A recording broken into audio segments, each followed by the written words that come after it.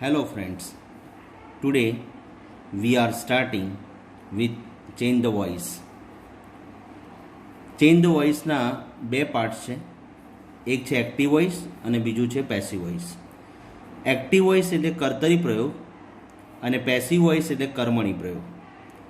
જ્યારે મિત્રો એક્ટિવ વોઇસનું વાક્યરચનાને જ્યારે પેસિવ વોઇસમાં રૂપાંતર કરીએ ત્યારે કેટલાક ફેરફાર કરવા પડે, જેવા કે કર્તાનું સ્થાન કર્મ લે છે, કર્મનું સ્થાન કર્તા લે છે અને કાળ પ્રમાણે યોગ્ય સહાયકારક ક્રિયાપદ મુકાય છે અને ક્રિયાપદનું ભૂતકૃદંત મુકાય છે અને વાક્યના અંતે બાય દ્વારા કર્તા કર્મનું સ્થાન લે છે. હવે જ્યારે એક્ટિવ વોઇસમાંથી પેસિવ વોઇસ કરીએ ત્યારે આપણને કર્તા વિભક્તિના અને કર્મ વિભક્તિના રૂપો આવડતા હોવા જોઈએ. એટલે કર્તા વિભક્તિમાં જ્યારે આય આપેલ હોય ત્યારે કર્મ વિભક્તિનું મી થાય. જ્યારે કર્તા વિભક્તિમાં વી આપેલું હોય ત્યારે કર્મ વિભક્તિમાં અસ થાય. જ્યારે કર્તા વિભક્તિમાં યુ આપેલું હોય ત્યારે કર્મ વિભક્તિમાં તેનું તે જ રહે યુ. જેવી રીતે કર્તા વિભક્તિમાં હી આપેલ હોય તો એનું જ્યારે પેસિવ વોઇસ કરીએ ત્યારે હીનું હિમ થઈ જશે. કર્તા વિભક્તિમાં જ્યારે સી આપેલ હોય ત્યારે તેનું કર્મ વિભક્તિ હર થશે. જ્યારે કર્તા વિભક્તિમાં ઈટ આપેલ હોય ત્યારે તેનું પેસિવ કરતી વખતે ઈટનું ઈટ રહેશે. જ્યારે એક્ટિવ વોઇસમાં ધેય આપેલ હોય અને તેનું જ્યારે પેસિવ વોઇસ કરવાનું હોય ત્યારે ધેનું ધેમ થશે.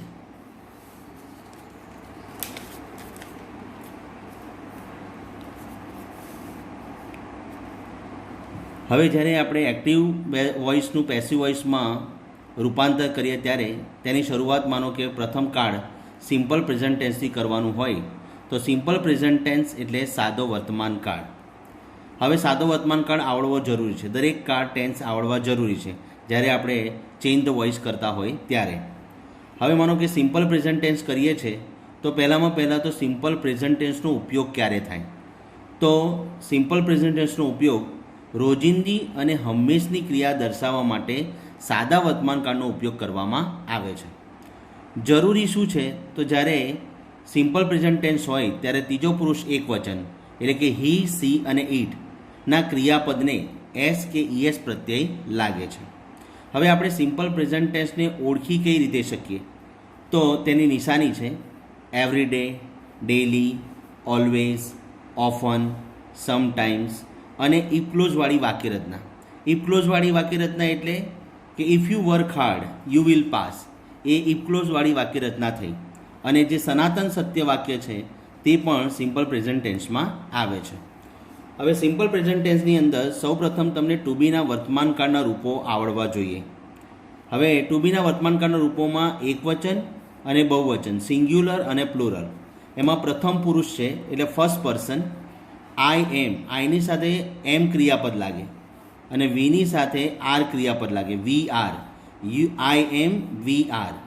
બીજો પુરુષ જેને આપણે સેકન્ડ પર્સન કહીએ યુ આર, બંનેમાં એકવચન અને બહુવચન બંનેમાં યુ આર આવે. અને ત્રીજો પુરુષ એટલે કે થર્ડ પર્સન એમાં હી, સી અને ઈટ આ ત્રણેય સાથે ઇઝ ક્રિયાપદનો ઉપયોગ કરવામાં આવે છે. જ્યારે તેનું બહુવચનનું રૂપ જેની સાથે ધેની સાથે આર ક્રિયાપદ લાગે છે. જેવી રીતે ટુ બીના વર્તમાનકાળના રૂપો તેવી રીતે ટુ હેવના વર્તમાનકાળના રૂપો. ટુ હેવ એટલે ની પાસે હોવું, ની માલિકી હોવી તે દર્શાવવા ટુ હેવનો ઉપયોગ કરવામાં આવે છે. એમાં પણ એકવચનના રૂપો અને બહુવચનના રૂપો, સિંગ્યુલર અને પ્લુરલ. એમાં પણ પ્રથમ પુરુષ એટલે કે ફર્સ્ટ પર્સન આઈ હેવ એટલે મારી પાસે છે, વી હેવ એટલે અમારી પાસે છે. બીજો પુરુષ સેકન્ડ પર્સન કે જેને આપણે કહીશું યુ હેવ, તો યુ હેવ એટલે તેની પાસે છે, યુ હેવ એટલે બહુવચનમાં યુ હેવ એટલે તમારી પાસે છે. તેવી જ રીતે ત્રીજો પુરુષ થર્ડ પર્સન જેમાં હી, સી અને ઈટ આ ત્રણેય માટે એઝનો ઉપયોગ કરવામાં આવે છે. He has, she has, it has અને તેનું બહુવચન થશે ધે હેવ.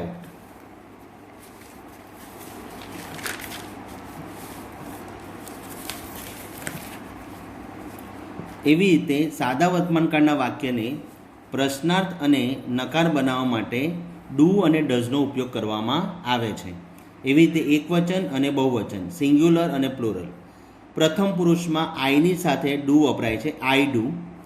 એવી રીતે બહુવચનમાં વીની સાથે વપરાય છે ડુ, વી ડુ.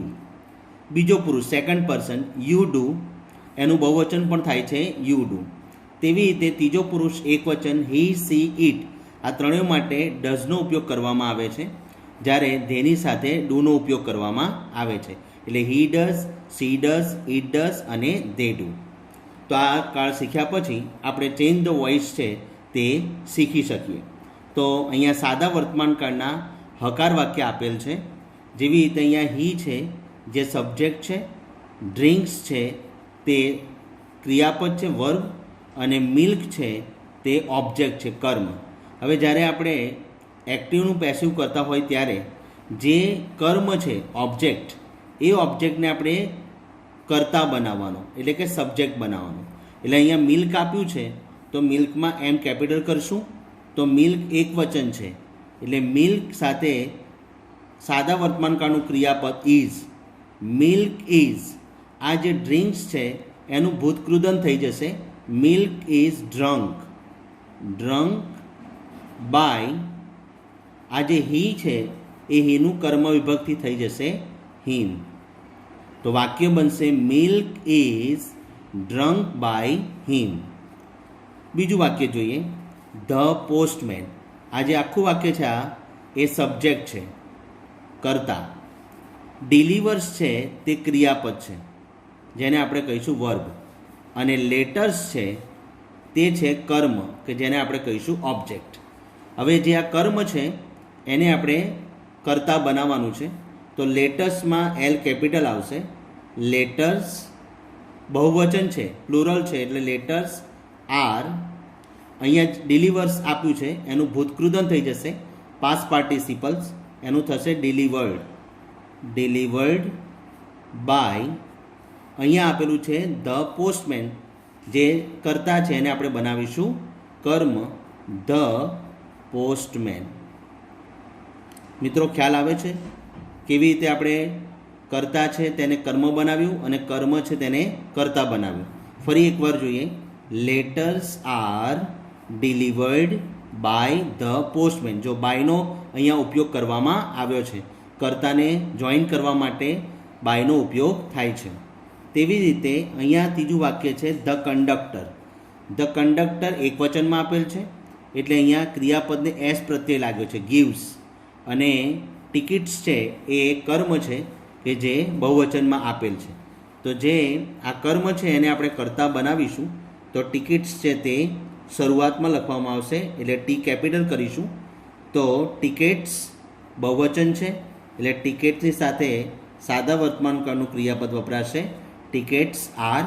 અહીંયા તમને આપેલું છે ગીવ્સ, તો ગીવ્સનું પાસ્ટ પાર્ટિસિપલ એટલે કે ભૂતકૃદન થઈ જશે ગીવન. તો ટિકિટ્સ આર ગીવન બાય દ્વારા કર્તાને જોડવામાં આવશે. તો tickets are given by the conductor, full stop. આગળ જોઈએ ચોથું વાક્ય, આઈ છે તે કર્તા છે કે જેને આપણે સબ્જેક્ટ કહીશું, સિંગ છે તે ક્રિયાપદ છે, અને અ સોંગ છે તે કર્મ છે. હવે જે અ સોંગ છે એને આપણે કર્તા બનાવવાનું છે, તો એ કેપિટલ કરવામાં આવશે. એટલે એ સોંગ એક વચન છે એટલે અ સોંગ ઇઝ, ક્રિયાપદ ઇઝ વપરાશે. અને અહીંયા આપેલ જે ક્રિયાપદ છે સિંગ એનું ભૂતકૃદન થઈ જશે past participle. A song is sung by, આઈનું થઈ જશે મી, આઈનું કર્મ વિભક્તિ થઈ જશે મી. તો મિત્રો આ ચાર વાક્ય જે સાદા વર્તમાનકાળના હકાર વાક્ય છે તેમાં ફરી એકવાર આપણે જોઈ લઈએ. હી ડ્રિંક્સ મિલ્ક, તો આપણે મિલ્કનું કર્યું એક વચન, મિલ્ક ઇઝ. ડ્રિંક્સનું થઈ જશે ડ્રંક બાય, હીનું કર્મ વિભક્તિ હિમ. બીજું વાક્ય જોઈએ second, the postman delivers letters. તો લેટર્સને આપણે કર્તા બનાવ્યા, તો લેટર્સ આર ડિલિવર્સ એનું થઈ જશે ડિલિવર્ડ બાય ધ પોસ્ટમેન. ત્રીજું વાક્ય જોઈએ, ધ કંડક્ટર ગિવ્સ ટિકિટ્સ. તો ટિકિટ્સ છે એનું આપણે કર્તા કર્યું, તો ટિકિટ્સ બહુવચન છે એટલે tickets are given by the conductor. અને ચોથું વાક્ય, આઈ સિંગ અ સોંગ, તો જે અ સિંગ છે એને આપણે કરતા બનાવ્યું તો એ કેપિટલ કર્યો. A song is sung by me. હવે સાદા વર્તમાનકાળના નકાર વાક્ય. અહીંયા તમને આપેલું છે સી. હવે સાદા વર્તમાનકાળના નકાર વાક્ય બનાવવા માટે નોટનો ઉપયોગ કરવામાં આવે અને જ્યારે સી આપેલ હોય કર્તા તરીકે તો તેની સાથે ડઝ લાગે, એટલે she does not drink tea. અને જ્યારે અહીંયા જે ક્રિયાપદ આપેલું હોય એમાં લાગેલો જે એસ કે ઈએસ પ્રત્યય છે તે નીકળી જાય, એટલે she does not drink tea. જ્યારે આ વાક્યનું આપણે પેસિવ કરીએ ત્યારે ડ્રિંક પછી ક્રિયાપદ પછી આવતો જે શબ્દ છે જેને આપણે કહીશું કર્મ ઓબ્જેક્ટ, તે પહેલાં લેવાશે તો ટી કેપિટલ કરીશું.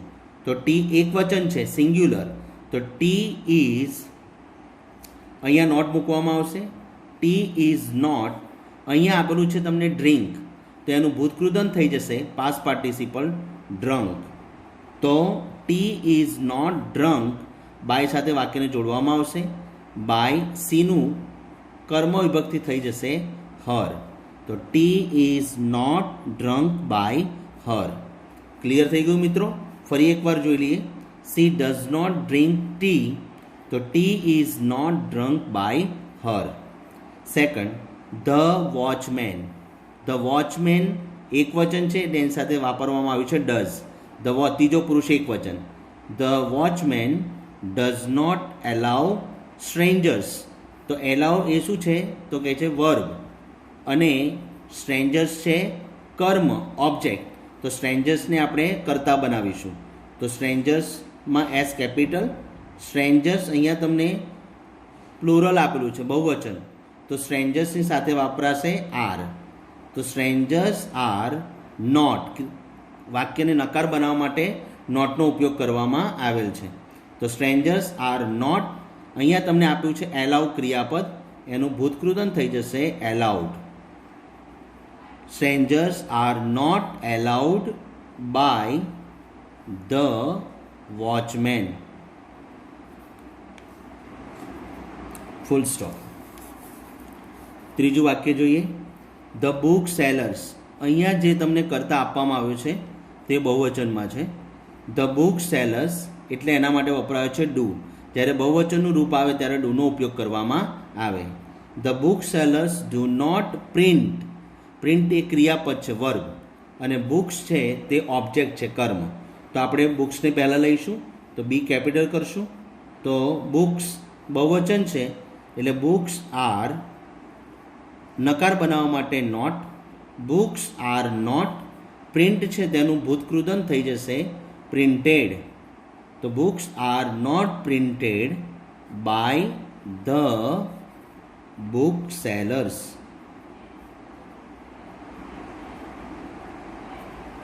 મિત્રો ફરીવાર એકવાર બધા જ વાક્ય જોઈએ. She does not drink tea, tea is not drunk by her. The watchman does not allow strangers, strangers are not allowed by the watchman. The book sellers do not print books, books are not printed by the book sellers. હવે પ્રશ્નાર્થ વાક્ય, સાદા વર્તમાન કાળના પ્રશ્નાર્થ વાક્ય જોઈએ, જેની શરૂઆત છે તે ડુથી અને ડઝથી કરવામાં આવે. અત્યારે કર્તા તરીકે યુનો ઉપયોગ થયો છે એટલે તેની આગળ ડુ ક્રિયાપદ છે તે વપરાય. એટલે ડુ યુ સી ફિલ્મ્સ, તો આનું જો આપણે પેસિવ કરવું હોય તો તમારે ક્રિયાપદ પછી આવતું જે કર્મ છે તેને ધ્યાનમાં લેવું પડે. તો અહીંયા તમારે આપેલું છે ફિલ્મ્સ, તો ફિલ્મ્સ બહુવચન છે તો તેની આગળ ક્રિયાપદ તરીકે આર આવશે. Are films, are films. હવે અહીંયા તમને આપેલું છે સી, તો આર ફિલ્મ્સ, તો સીનું ભૂતકૃદન થઈ જશે seen. Are film seen by you છે તેનું કર્મ વિભક્તિ થશે યુ.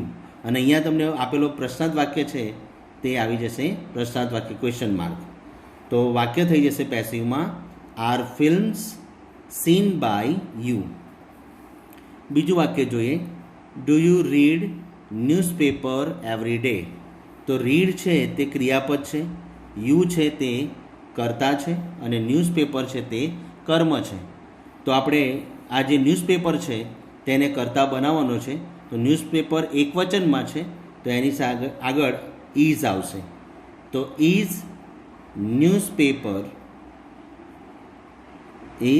ન્યૂઝપેપર બોલાશે, અહીંયા રીડ લખેલું છે પણ બોલાશે રેડ. તો is newspaper read by you every day. પ્રશ્નાર્થ. ત્રીજું વાક્ય જોઈએ. Does Neha play carrom. તો અહીંયા નેહાનો ઉપયોગ કરવામાં આવે છે એટલે આગળ ક્રિયાપદ તરીકે ડઝ નેહા પ્લે કેરમ. તો આનું આપણે પેસિવ કરીશું. તો અહીંયા જે પ્લે છે તે ક્રિયાપદ છે અને ત્યારબાદ આવતો જે શબ્દ છે કેરમ તે કર્મ છે. તો કેરમ એકવચન છે તો વાક્યની શરૂઆત આપણે ઇઝથી કરીશું. તો ઇઝ કેરમ પ્લેડ, પ્લેનું ભૂતકૃદન થઈ જશે પ્લેડ બાય નેહા. તો વાક્ય થશે is carrom played by Neha. ફરીથી બધા જ પ્રશ્ન વાક્ય જોઈએ. Do you see films? તેનું પેસિવ થશે are film seen by you. Do you read newspaper every day? તો તેનું પેસિવ થશે is newspaper read by you every day. ત્રીજું વાક્ય ડઝ નેહા પ્લે કેરમ? તો is carrom played by Neha? Question mark.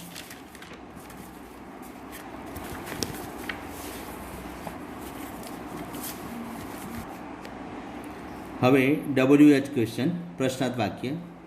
અહીંયા તમને આપ્યું છે when does she buy toys. તો જ્યારે WH ક્વેશ્ચનની શરૂઆત થતી હોય ત્યારે જે પણ WH ક્વેશ્ચન આપ્યો હોય ત્યાંથી જ વાક્યની શરૂઆત કરવી. જેવી રીતે અહીંયા અત્યારે વેન આપ્યો છે તો વેન. ત્યાર પછી આપણે ક્રિયાપદ શોધવાનું. તો ક્રિયાપદમાં બાય આપેલ છે અને બાય પછી આપેલું છે ટોયઝ. તો જે ટોયઝ છે તે બહુવચન છે તો એની આગળ ક્રિયાપદ તરીકે આર આવશે. તો વેન આર ટોયઝ, બાય છે તેનું ભૂતકૃદન થઈ જશે bought. When are toys bought by, સીનું થઈ જશે કર્મ વિભક્તિ હર. Question mark. ફરી એકવાર વેન ટોયઝ આપ્યું છે કર્મ, તેનું બહુવચન અહીંયા આપેલ છે એટલે આર આવશે. વેન આર ટોયઝ, બાયનું ભૂતકૃદન થશે બોટ બાય, સીનું થઈ જશે her. Second sentence. How does Radha do the homework? તો અહીંયા હાઉ આપેલ છે તો શરૂઆત પણ આપણે કરીશું હાઉથી જ. ત્યાર પછી ડુ છે એ ક્રિયાપદ છે અને ધ હોમવર્ક છે તે કર્મ છે તો તેને પહેલાં લઈશું. તો હાઉ ઇઝ ધ હોમવર્ક એકવચન છે એટલે ઇઝ આવશે. How is the homework. Do છે તેનું ભૂતકૃદન થઈ જશે done. How is the homework done by Radha? Question mark. ફરી એકવાર જોઈએ. How does Radha do the homework? તો હાઉ ધ હોમવર્ક આપેલ છે એટલે એક વચન છે એટલે એને આગળ ઇઝ ક્રિયાપદ લાગશે. તો હાઉ ઇઝ ધ હોમવર્ક, ડુનું થઈ જશે ડન, બાય દ્વારા વાક્ય જોડાશે. રાધા છે કર્તા તો રાધાનું થઈ જશે કર્મ. When does Ankit play carrom? તો શરૂઆત થાય છે WH ક્વેશ્ચન વેનથી. તો વેન, ત્યાર પછી આપણે જોવાનું પ્લે ક્રિયાપદ અને એના પછી આપેલું જે ક્રિકેટ હોય તે તો કર્મ. તો ક્રિકેટ એક વચન આપેલ છે તો વેન ઇઝ ક્રિકેટ, પ્લે છે તેનું ભૂતકૃદન થશે played. When is cricket played by Ankit, કરતા છે તેને આપણે કર્મ બનાવીશું અંકિત. અને ક્વેશ્ચન માર્ક. તો વાક્ય થશે when is cricket played by Ankit. હવે જોઈશું હુ વાળા વાક્ય. Who sings a song? તો હુ જે છે તેનું થઈ જશે બાય હુમ. બાય હુમ અહીંયા તમને જે કર્મ છે તે આપેલ છે અ સોંગ. હવે જે કર્મ છે તે એક વચનમાં છે, એટલે બાય હોમ પછી ઇઝનો ઉપયોગ કરવામાં આવશે ક્રિયાપદ તરીકે. તો by whom is a song. તમને અહીં આપવામાં આવ્યું છે સિંગ્સ ક્રિયાપદ, તો એનું ભૂતકૃદન થઈ જશે by whom is a song. સિંગ્સનું થઈ જશે સંગ. તો વાક્ય થશે by whom is a song sung. બીજું વાક્ય છે who looks after the children. તો હુનું થશે બાય હોમ. By home. ત્યાર પછી ધ ચિલ્ડ્રન આપ્યું છે, બહુવચન છે એટલે are. By whom are the children.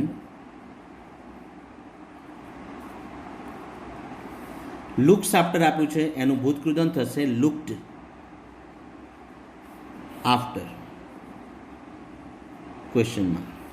તો વાક્ય થશે by whom are the children looked after. ત્રીજું વાક્ય જોઈએ, હુ ટીચીસ ઇંગ્લિશ.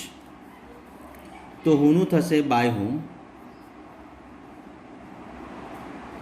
ઇંગ્લિશ આપવામાં આવ્યું છે કર્મ, તો એક વચનમાં છે કર્મ એટલે અહીં આવશે ઇઝ ક્રિયાપદ તરીકે. By whom is English. By whom is English. Teaches આપ્યું છે તેનું ભૂતકૃદન થશે ટોટ ક્વેશ્ચન. તો આ રીતે અહીંયા સાદા વર્તમાનકાળના એક્ટિવ વોઇસના જે વાક્ય છે તે પૂરા થાય છે. અને હોમવર્ક તરીકે તમને 12 વાક્ય છે એ આપવામાં આવે છે કે જે આ વાક્ય સમજ્યા પછી આ જે 12 વાક્ય છે તેની તમારે પ્રેક્ટિસ કરવાની છે.